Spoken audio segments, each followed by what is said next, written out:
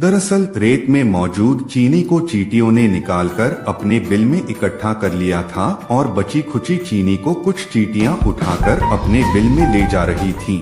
इस पर उस व्यक्ति ने पूछा, चीनी कहाँ गई? तो बीरबल ने कहा, रेत से चीनी अलग हो गई है।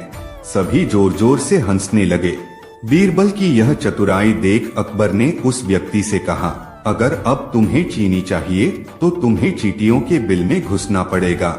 इस पर सभी ने फिर से ठहाका लगाया और बीरबल की तारीफ करने लगे। सीख, किसी को नीचा दिखाने का प्रयास आपके लिए हानिकारक हो सकता है। शाम ढलने को थी। सभी आगंतुक धीरे धीरे अपने घरों को लौटने लगे थे।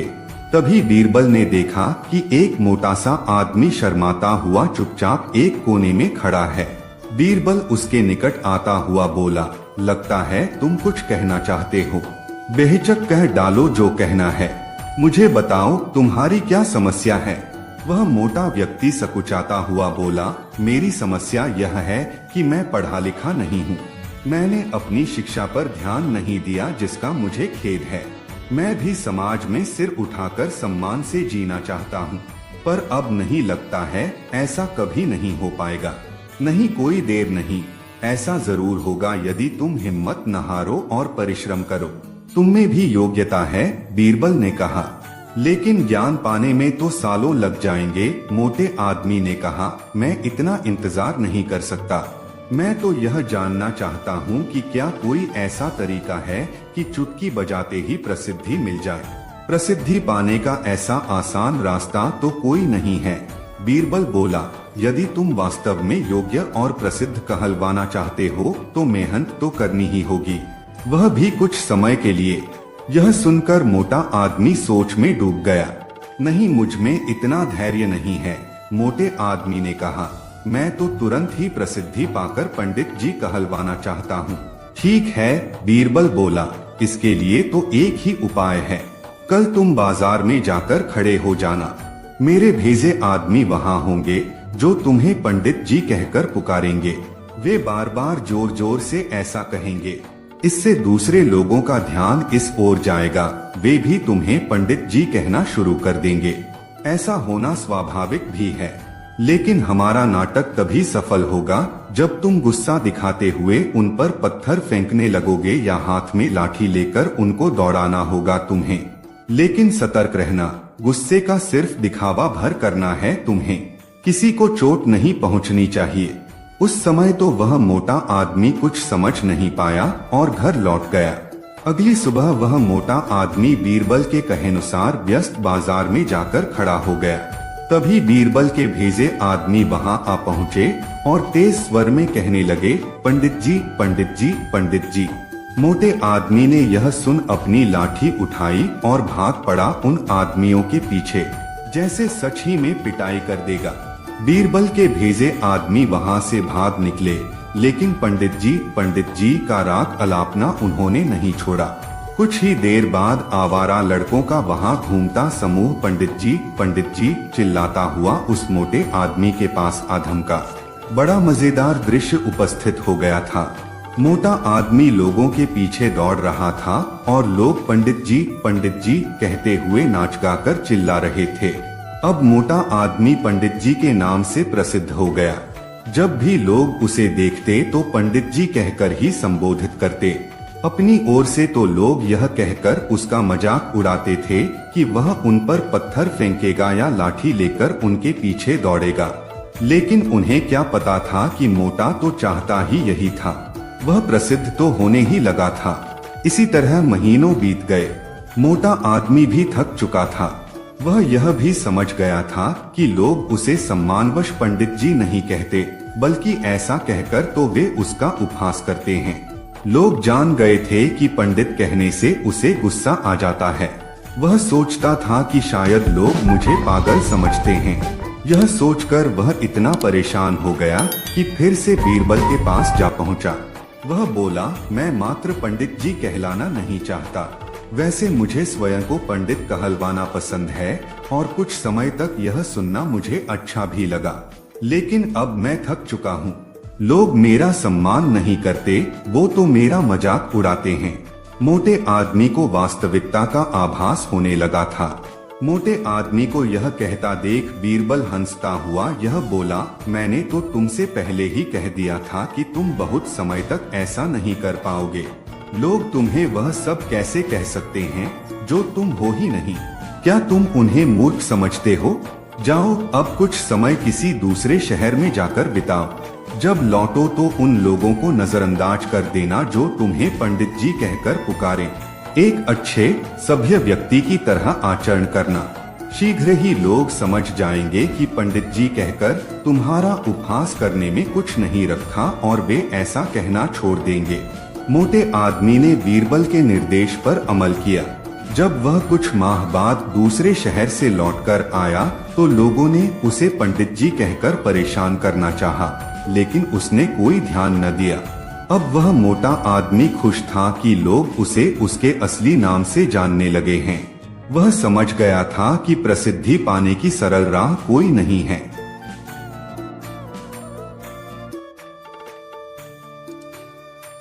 अकबर और बीरबल के बीच कभी कभी ऐसी बातें भी हुआ करती थीं जिनकी परख करने में जान का खतरा रहता था। एक बार अकबर ने बीरबल से पूछा, बीरबल, संसार में सबसे बड़ा हथियार कौन सा है? बादशाह सलामत, संसार में सबसे बड़ा हथियार है आत्मविश्वास, बीरबल ने जवाब दिया। अकबर ने बीरबल की इस बात को सुनकर अपने दिल में रख लिया और किसी समय इसकी परख करने का निश्चय किया। दैवयोग से एक दिन एक हाथी पागल हो गया। ऐसे में हाथी को जंजीरों में जकड़ कर रखा जाता था। अकबर ने बीरबल के आत्मविश्वास की परख करने के लिए उधर तो बीरबल को बुलवा भेजा और इधर हाथी के महावत को हुक्म दिया कि जैसे ही बीरबल को आता देखे वैसे ही हाथी की जंजीर खोल दे।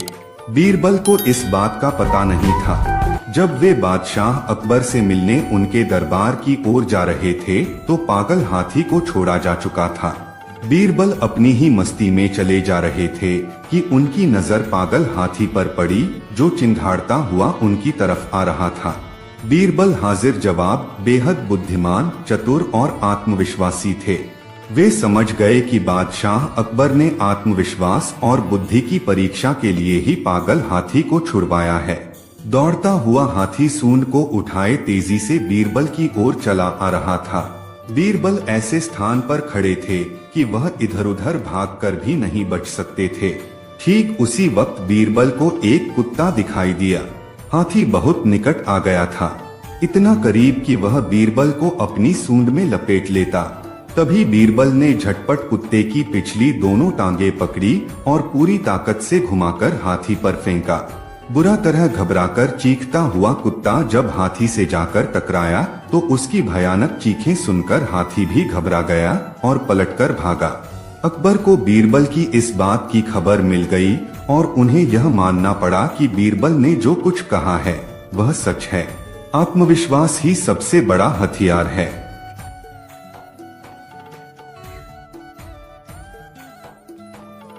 एक बार दिल्ली दरबार में बैठे हुए बादशाह अकबर ने अपने नवरत्नों से पूछा, भाई यह बताओ सबसे बड़ा पद यानी शहर कौन सा है? पहले नवरत्न ने कहा, सोनीपत। दूसरा नवरत्न, हुजूर पानीपत सबसे बड़ा पद है। तीसरे नवरत्न ने लंबी हाँकी, नहीं जनाब, दलपत से बड़ा पद और कोई दूसरा नहीं है।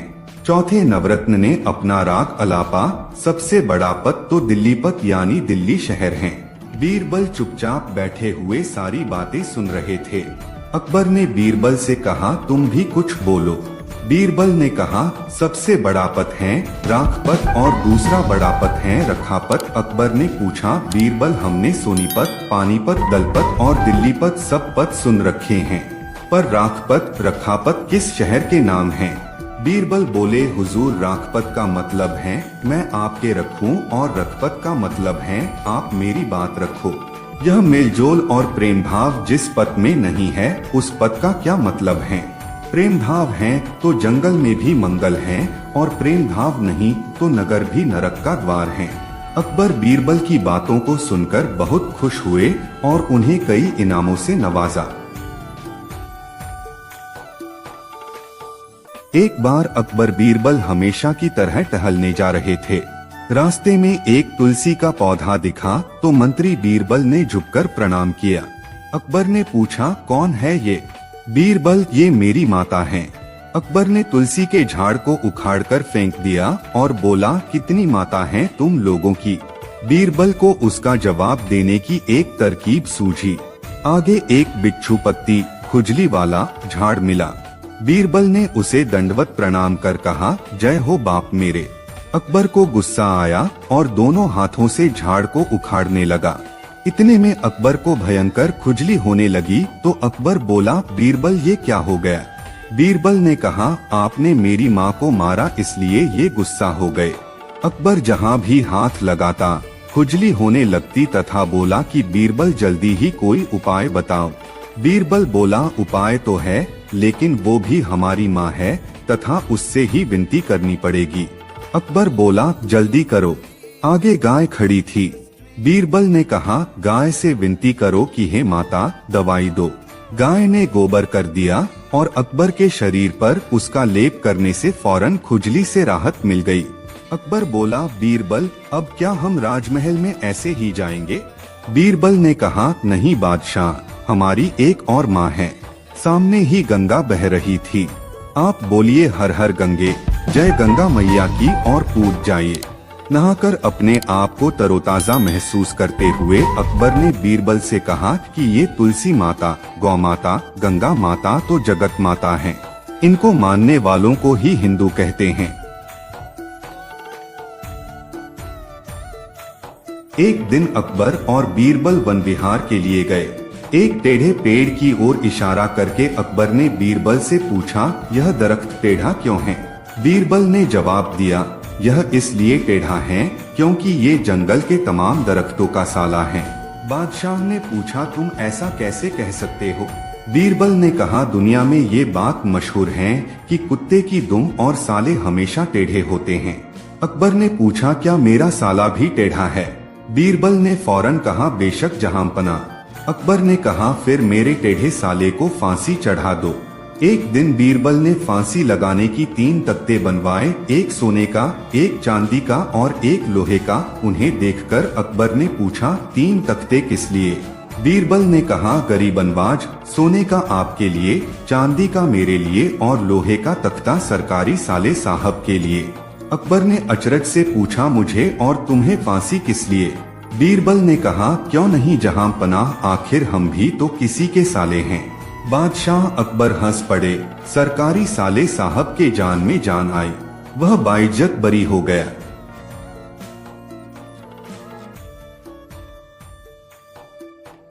एक दिन बीरबल दरबार में उपस्थित नहीं थे।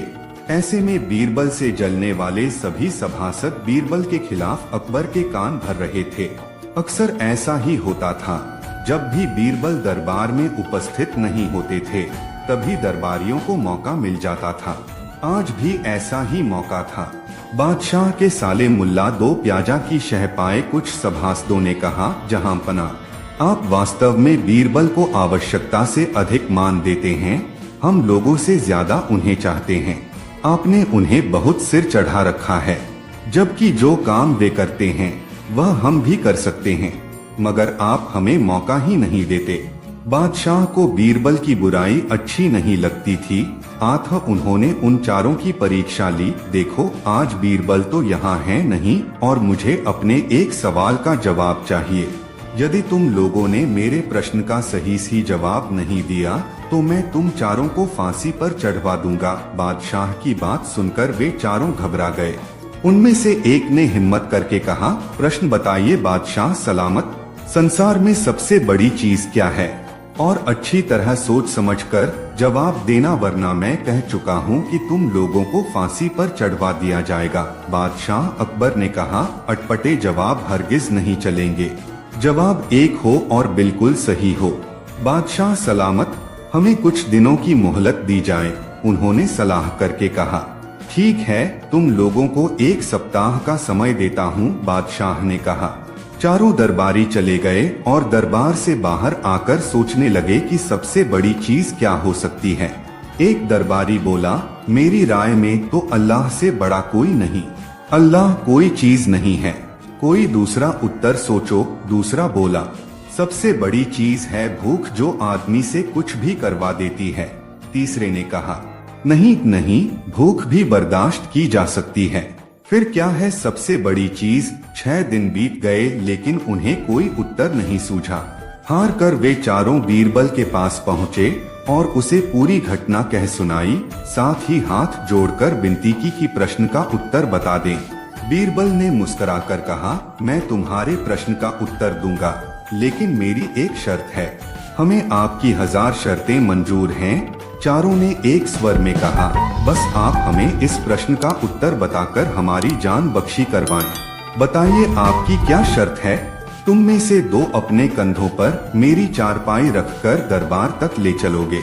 एक मेरा हुक्का पकड़ेगा, एक मेरे जूते लेकर चलेगा। बीरबल ने अपनी शर्त बताते हुए कहा।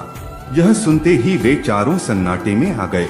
उन्हें लगा मानो बीरबल ने उनके गाल पर कसकर तमाचा मार दिया हो, मगर वे कुछ बोले नहीं। अगर मौत का खौफ न होता तो वे बीरबल को मुंहतोड़ जवाब देते, मगर इस समय मजबूर थे। आठ तुरंत राजी हो गए। 2 ने अपने कंधों पर बीरबल की चारपाई उठाई, तीसरे ने उनका हुक्का और चौथा जूते लेकर चल दिया। रास्ते में लोग आश्चर्य से उन्हें देख रहे थे। दरबार में बादशाह ने भी यह मंजर देखा और वह मौजूद दरबारियों ने भी। कोई कुछ न समझ सका। तभी बीरबल बोले, महाराज, दुनिया में सबसे बड़ी चीज है गरज।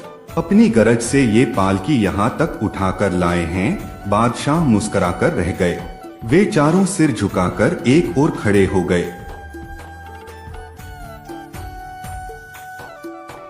एक बार बादशाह अकबर किसी व्यापारी के पास से तोता खरीद कर लाए। वह तोता देखने में अत्यंत सुंदर था और उसकी बोली भी बड़ी मीठी थी। अकबर ने उस तोते की रखवाली के लिए एक सेवक को नियुक्त कर दिया और उसे साफ हिदायत दे दी कि अगर तोता मरा तो तुम्हें मृत्यु दंड दे दूंगा, और इसके अलावा जिसने भी अपने मुंह से कहा कि तोता मर चुका है, उसे भी मौत की सजा मिलेगी। इसलिए तोते की रखवाली अच्छे से करना। सेवक तोते को लेकर चला गया और बड़े उत्साह से उसकी देखभाल करने लगा। उसे कहीं ना कहीं यह डर सता रहा था कि अगर कहीं बादशाह का तोता मरा तो उसकी जान पर बन आएगी। और फिर एक दिन ऐसा ही हुआ। तोता अचानक मर गया। अब सेवक के हाथ पांव फूलने लगे। उसे बादशाह अकबर की कही बात याद थी। वह तुरंत दौड़कर बीरबल के पास गया और पूरी बात बताई। बीरबल ने उस सेवक को पानी पिलाया और कहा, चिंता मत करो, मैं बादशाह से बात करूंगा। तुम बस इस समय उस तोते से दूर हो जाओ। थोड़ी देर बाद बीरबल अकेले बादशाह के पास गए और बोले कि मालिक, आपका जो तोता था। इतना बोलकर बीरबल ने बात अधूरी छोड़ दी। अकबर बादशाह तुरंत सिंहासन से खड़े हुए और बोले, क्या हुआ? तोता मर गया। बीरबल बोले, मैं सिर्फ इतना ही कहना चाहूंगा कि आपका तोता ना मुंह खोलता है, ना खाता है, ना पीता है, ना हिलता है, ना डुलता है, ना चलता है, ना फुदकता है। उसकी आंखें बंद है और वह अपने पिंजरे में लेटा पड़ा है। आप आइए और जरा उसे देखिए। अकबर और बीरबल फौरन तोते के पास गए। अरे बीरबल, तोता मर चुका है। ये बात तुम मुझे वहीं पर नहीं बता सकते थे? अकबर क्रोधित होते हुए बोले, उस तोते का रखवाला कहाँ है? मैं उसे अभी अपनी तलवार से सजाए मौत दूंगा। तब बीरबल बोले, जी मैं अभी उस रखवाले को हाजिर करता हूँ, लेकिन ये तो बताइए कि आपको मृत्यु देने के लिए मैं किसे बुलाऊं? क्या मतलब है तुम्हारा? अकबर जोर से चीखे। जी, आप ही ने तो कहा था कि जो कोई भी बोलेगा कि तोता मर चुका है, उसे भी मौत की सजा दी जाएगी, और अभी कुछ देर पहले आप ही के मुख से ये बात निकली थी। अब अकबर को अपनी गलती का एहसास हो गया। बीरबल की इस चतुराई से अकबर हंस पड़े और वे दोनों हंसते हंसते दरबार लौट गए। अकबर ने तुरंत घोषणा कर दी कि सेवक पर कोई कार्यवाही नहीं की जाएगी। तोता अपनी मौत मरा है, उसमें किसी का कोई दोष नहीं है।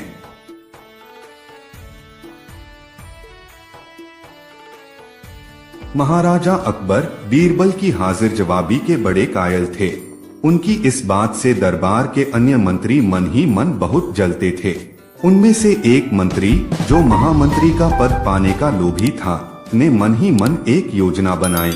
उसे मालूम था कि जब तक बीरबल दरबार में मुख्य सलाहकार के रूप में है, उसकी यह इच्छा कभी पूरी नहीं हो सकती। एक दिन दरबार में अकबर ने बीरबल की हाजिर जवाबी की बहुत प्रशंसा की। यह सब सुनकर उस मंत्री को बहुत गुस्सा आया। उसने महाराज से कहा कि यदि बीरबल मेरे 3 सवालों का उत्तर सही दे देता है तो मैं उसकी बुद्धिमता को स्वीकार कर लूंगा, और यदि नहीं तो इससे यह सिद्ध होता है कि वह महाराज का चापलूस है। अकबर को मालूम था कि बीरबल उसके सवालों का जवाब जरूर दे देगा, इसलिए उन्होंने उस मंत्री की बात स्वीकार कर ली। उस मंत्री के 3 सवाल थे। आकाश में कितने तारे हैं? धरती का केंद्र कहाँ है? सारे संसार में कितने स्त्री और कितने पुरुष हैं? अकबर ने फौरन बीरबल से इन सवालों के जवाब देने के लिए कहा और शर्त रखी कि यदि वह इनका उत्तर नहीं जानता है तो मुख्य सलाहकार का पद छोड़ने के लिए तैयार रहे। बीरबल ने कहा, तो सुनिए महाराज। पहला सवाल। बीरबल ने एक भेड़ मंगवाई और कहा, जितने बाल इस भेड़ के शरीर पर हैं, आकाश में उतने ही तारे हैं। मेरे दोस्त, गिनकर तसल्ली कर लो, बीरबल ने मंत्री की तरफ मुस्कुराते हुए कहा। दूसरा सवाल। बीरबल ने जमीन पर कुछ लकीरें खींची और कुछ हिसाब लगाया। फिर एक लोहे की छड़ मंगवाई गई और उसे एक जगह गाड़ दिया और बीरबल ने महाराज से कहा, महाराज, बिल्कुल इसी जगह धरती का केंद्र है, चाहे तो आप स्वयं जांच लें। महाराज बोले, ठीक है, अब तीसरे सवाल के बारे में कहो। अब महाराज, तीसरे सवाल का जवाब बड़ा मुश्किल है, क्योंकि इस दुनिया में कुछ लोग ऐसे हैं जो ना तो स्त्री की श्रेणी में आते हैं और ना ही पुरुषों की श्रेणी। उनमें से कुछ लोग तो हमारे दरबार में भी उपस्थित हैं, जैसे कि ये मंत्री जी।